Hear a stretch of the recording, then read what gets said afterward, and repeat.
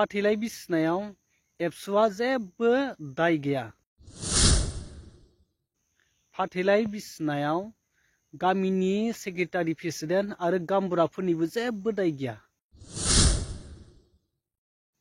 अब्ला सोरनि दाय जाखो? सोरहा गोरोन्थि जाखो? तो खुलुमबाय लोगोफोर, बे समाव नोंथांमोननि गेजेराव गोदान मोनसे भिडिअ लानानै फैलायदों। तो नोंथांमोनाथ' थाम्बनेइलाव नायनानै हमनो हाखादों जानांगौ भिडिअआ मानि सायाव जानो थांगासिनो। तो थांनाय साननैसो जे ससियेल मिडियानि गेजेरजों गोबां सावरायजानाय सासे बर' आइजोखौ एमब्रा रायजोफ्रा फाथैलाइ बिसि होनाय नोंथांमोनाथ' गोबाङानो नुखाबाय आरो बिनि सायाव गोबां बाथ्राबो ससियेल मिडियानि गेजेरजों सावरायलायनायबो जाबाय। तो बिनिनो माखासे फुल आपडेट शेयार खालामनो थाखाय नैबे भिडिअखौ लाबोदों। नोंथांमोना नैबे भिडिअखौ जोबजासिम नायलांब्ला गासैबो बाथ्राफोरखौ क्लियारलि बुजि मोनगोन आरो गासैबो डिटेल्स बाथ्रा नोंथांमोना मिथिनो मोनगोन। जे रायजोफ्रा जबरदस्ति फाथैलाइ बिसि होदों, बे जाथाया गोबां गोसारबाय आरो रायजोफोरनि गेजेराव गोबां सावरायजाबाय, ससियेल मिडियानि गेजेरजों गोबां सावरायजाबाय। नाथाय बे बाथ्राया दिनै सोराङाव फैदों आरो बे जाथाया बोरै जानो मोननाय आरो बे जाथायखौ जे फाथैलाइ बिसिनाया बोरै बिसिलायनो मोनखो बिनि माखासे क्लियारिफिकेसन जाय फाथैलाइ बिसि जानाय बिनि बिफाजों लोगोसे बिबुआ ससियेल मिडियानि गेजेरजों माखासे क्लियारिफिकेसनखौ होदों। आं नोंथांमोननो फार्स्टआवनो नैबे क्लियारिफिकेसन होनाय भिडिअ क्लिपखौ दिन्थिग्रोनो नागिरदों। नोंथांमोना नैबे भिडिअ क्लिपखौ नायनानै लाग्रो। गलाघाट दिगलगन्जा गामि जेम्स दैमारि आरो जोंहानि बिनानाव अनजिमा बसुमतारी जा जाथाय जानानै थांबाय, बे जाथायाव फाथैलाइ बिसिनायबो जाबाय। बेयाव गंनै गामिजों आरो गंनै न'खरजों गोरोबलायनानै खालामनाय बायदि जाबाय। बिनि थाखाय गासैबो रायजो राजानिसिम निमाहा बिहरनाय थाबाय, जाहाथे रायजोखौ बेबायदि सोंखारिबाय थानो नांला आरो एबसुखौ आरो गामिनि सेक्रेटारि आरो प्रेसिडेन्ट आरो गावबुरा आरो एबसु बिथांमोननि जेबो दाय गैया। बिथांमोननिसिम बेखौनो खावलायहर, बेबायदि गासैबो रावबो जाहाथे बेबायदि सोंखारिबाय थानो नांला। आं बेखौनो रायजो राजानिसिम अननाय आरो सिबिनायखौ बावहरनाय। दाखालि जितु जानाय सिसुपानि एरियायाव आंनि फिसाजोजों आरो सिसुपानि एरियानि बे जावैसोजों बेखौथ' जों मिलायलायबाय। बेखायनो खावलायनो सानदों जे जाय बिथांमोना ससियेल मिडियायाव हगारगासिनो दङ, लोगोसे रायजोखौ सोंखारिगासिनो दङ आरो एबसुखौ, गतिके नोंथांमोना अननानै बेखौ बन्द' खालामदो, सोंखारनो नांला। बेयाव रायजोनि आरो एबसुनि जेबो दाय गैया। मानो होनब्ला दिनै बे जावैसोसिम दायमोन। बेनिखायनो जोङो बेखौ गंनै रायजोजों सारिजारि नायनानै बा सावरायनायनि गेजेरजों जों बेखौ सिद्धान्त लानाय जाबाय, लोगोसे जों मिलायनाय जाबाय। गतिके आं बेखौनो खावलायनाय जायोदि सामाजिक माध्यमाव हगारनाय बिथांमोना जाहाथे बेखौ सोंखारिथाया रायजोखौ आरो एबसुखौ, बेखौ आं दिनै फिन नोंथांमोनसे खावलायनानै आं बुंफिननाय जाबाय। नोंथांमोनाथ' नुखाबायानोसै न'खरनिया मा फोरमायखो। थांनाय जे साननैसो फाथै बिसिलाय, बे फाथैलाइ बिसिनायनि माखासे जाथायनि सायाव क्लियारिफिकेसनखौथ' होखाबाय। तो बेवहाय न'खरनि बुंनाय बायदिब्ला गोबां माने दावराव दावसि जादों आरो गोबां माने गाबगु खुगु जादों फाथैलाइ बिसिनायाव। बेवहाय माने रावहाबो दाय गैया। बेयाव जाय फाथैलाइ बिसिनाय बैस्राबो दाय गैया आरो रायजो राजा जाय रायजोखौ दैदेनगिरि बैस्राबो जेबो दाय गैया आरो एबसुहाबो बेवहाय जेबो दाय गैया। नाथाय सोरहा दाय जाखो? बिनि सायाव सोरहा दाय जाखो? बे बाथ्राया दिनै साननो गोनां जादों बा बे बाथ्राखौ माने गोबां सोंथि खालामदों आरो। अब्ला सोरहा दाय जाखो? जे बाथ्राखौ दिनै ससियेल मिडियायाव नुनानै, जाय बाथ्राया दिनै ससियेल मिडियानि गेजेरजोंसो गोबां सावरायजाबाय, जाय बाथ्राया दिनै सिरियैनो जोबलांसिगौमोन, सोरनिबा दुखुआ माने रावजोंबो मिथिजायालासेनो माने आन्दोयैनो जोबलांसिगौमोन। बे दाया दिनै ससियेल मिडियानि गेजेरजों सावरायजानायखाय, ससियेल मिडियानि गेजेरजों नुजानायखाय दिनै रावहाबो गोरोन्थि गैया। नाथाय ससियेल मिडिया बाहायग्राफोरनि थाखाय बे मोनसे साननो गोनां बा दुखुनि बाथ्रा जाहैबाय। जायफोरा दिनै बेखौ ससियेल मिडियानि गेजेरजों गोबां भाइरेल खालामनानै, गोबां सावरायनानै ससियेल मिडियायाव आपल'ड होयै बिनि माखासे सिंनि बाथ्राफोरखौ दिहुनबोबाय। बिनि थाखाय ससियेल मिडिया क्रिएटरफोरा माने गोरोन्थि जाबाय आरो बिराद दाय जाबाय। तो नैबे बाथ्रा।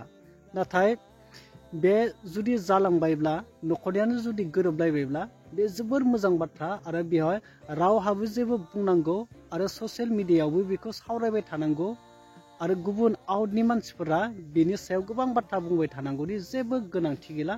आं बे बाथ्राखौ माने राइट माने नोंथांमोननि सिगाङाव डाइरेक्ट बुंबाय आरो नाथाय नैबे माखासे बाथ्राफोरखौसो आं नोंथांमोननि सिगाङाव बुंनो लुबैदों दा फोरमायनो सानदों। नोंथांमोना भिडिअखौ जोबजासिम नायलां।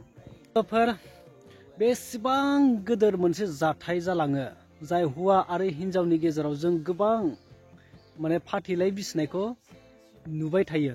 बिदिनो सम सम माने बिदि ससियेल मिडियानि गेजेरजोंबो नुबाय थायो। नाथाय बे गोरलै मोनसे नर्मेल दाय नङा बियो, नर्मेल मोनसे केस नङा बियो फाथैलाय बिसिनाया। बे ओरैबायदि गिदिर मोनसे केसखौ जोंनि बर' समाजा मा खालामो, नर्मेलि माने फाथैलाय बिसिनानैनो हौवा हिन्जावखौ गारहैयो। थारैनो आं बेवहाय सानो फाथैलाय बिसिनाया जोंनि बर' रायजोफोरनि थाखाय बे इम्परटेन्ट मोनसे बे आसार बा नेमखान्थिना। फाथैलाय बिसिनाया थारैनो बर'फोरनि थाखाय ओरैबायदि गोनांथार मोनसे निति नामा, बेखौ गारोब्ला जोंहा माबा मोनसे खहा जागोन नामा बर' रायजो राजाफ्रा, नै बेखौसो माने एसे सानदों आरो एसे डाउट जादों।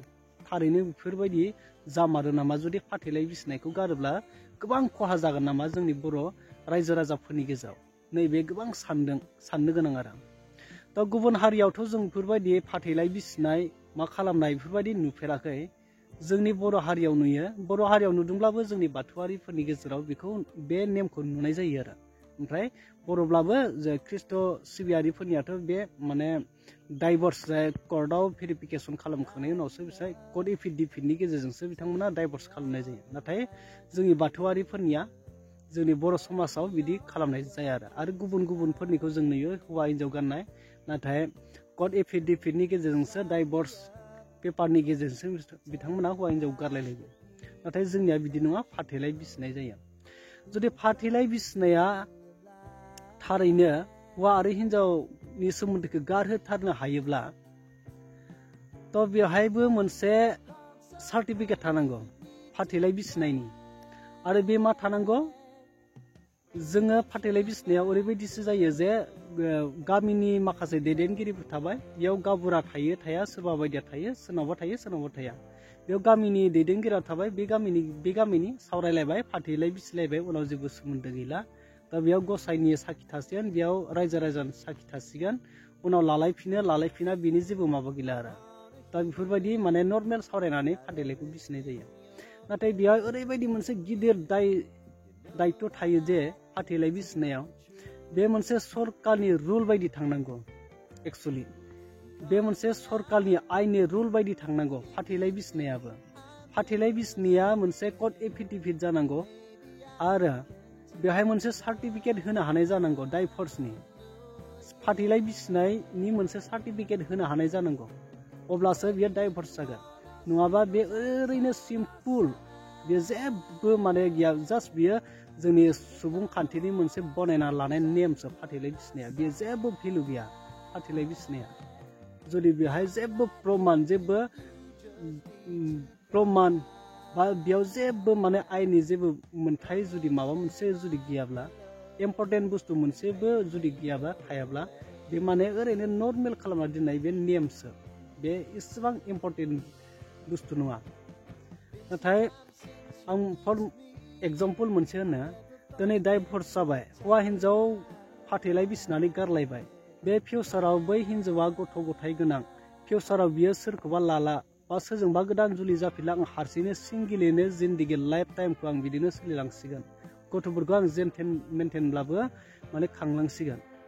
थ' बेवहाय मोनसे ओरैबायदि जायो, सरकारनि गोबां स्किमफोर थायो, माखासे डाइभर्सनि थायो आरो आनमेरिजनि थायो, वुइड'फोरनि पेनसन थायो। नैबे पेनसनफोरखौ मोननो थाखाय, जेरै बिधवा पेनसन लानो थाखाय मा नांगौ जायो, सार्टिफिकेट मोनसे नांगौ जायो, जेरै डेथ सार्टिफिकेट नांगौ जायो। डेथ सार्टिफिकेट नङाब्ला बिधवा पेनसनखौ मोना। आरो आनमेरिज, जाय हाबा जायालासिनो राग'नानै थानाय, बिथांमोनाबो आनमेरिजनि थाखाय पेनसन मोनो। दा बिसोरो आनमेरिजनि मोनसे सार्टिफिकेट मोनो। बे सार्टिफिकेटखौ नङाब्ला मोना विडो पेन्सनाबो डेथ सार्टिफिकेट नङाब्ला मोना जुदिया बै फाथैलाइ बिसिनानै दोनबाय बैहाथ' डाइभर्स जाबाय हौवाजों गारजाखाबाय अब्ला जुदि माबा मोनसे पेन्सन लानो बा माबा मोनसे सरकारनि जे माने पेन्सन बे पेन्सनखौ लानो थाखाय जुदि आं दिनै डाइभर्स जाबाय हौवा गैला आं हौवाखौ गारबाय होननानै जुदि बे सोरखारनि खाथियाव थाङोब्ला बेहाय नोंनियाव मा नागिरगोन प्रमान मोनसे डाइभर्स सार्टिफिकेट लाबो अब्ला बै फाथैलाइ बिसिनाय समाव डाइभर्स सार्टिफिकेटखौ होदोंमोन नामा अब्ला होनो हायो नामा बे डाइभर्स खालामनाय सार्टिफिकेट फाथैलाइ बिसिनायाव बेफोरबायदि कागज होनो हायो नामा दा जेबो होआ जास्ट बेखौ नेम खालामनानै माने नर्मेल खालामनानै दोननाय जेसां गिदिर केसब्लाबो बेखौ माने फाथैलाइ बिसिबाय जेबो गैला नाथाय बेयाव प्रमान सोरनिबा साखि थाखि सोरबा मा डिसि सिसिनि जेबो माबा गैला भेलु गैला दा बेफोरबायदि एसेबां नर्मेल केस जालाङो आरो फाथैलाइ बिसिनाया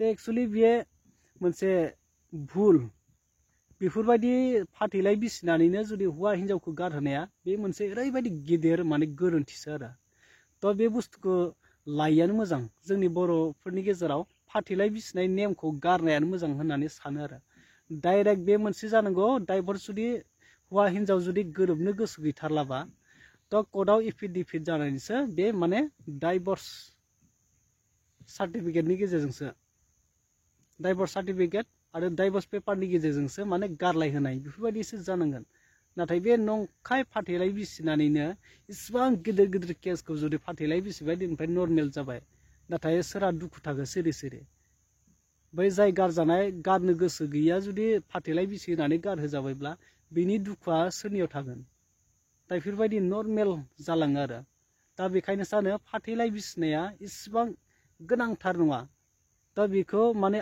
आइननि मथे लांनांगौ सरकारनि रुल मथे थांनांगौ जे फाथैलाइ बिसिनायाबो मोनसे कर्ट एफिडेभिट जानांगौ आरो बेहाय मोनसे सार्टिफिकेट होनो हानाय जानांगौ नाथाय दिनै फाथैलाइ बिसिनायाव बेफोरबायदि जेबो केस गैया आरो स' लोगोफोर बेखायनो सानो थ' बेफोरबायदि नर्मेल खालामनाय इसिबां गिदिर केसखौ जुदि नर्मेल खालामनाय फाथैलाइ बिसिनायाव मोनसे स्ट्रं मोनसे आयेननि बेबस्था थानांगौ थ' फिउचाराव बेफोरबायदिखौ लाबाय थाया जे बेफोरबायदि इसिबां गिदिर गिदिर केसखौ नर्मेल खालामना फाथैलाइ बिसिनानैनो जुदि गारहोनाय बेफोरबायदि केसखौ माने गोजाम थासारिखौनो माने लाबाय थाया बे बुस्थुखौ जोङो एसे साननांसिगोन आरो थ' लोगोफोर नोंथांमोना बिनि सायाव मा सानो कमेन्ट खालामनानै फोरमायदो।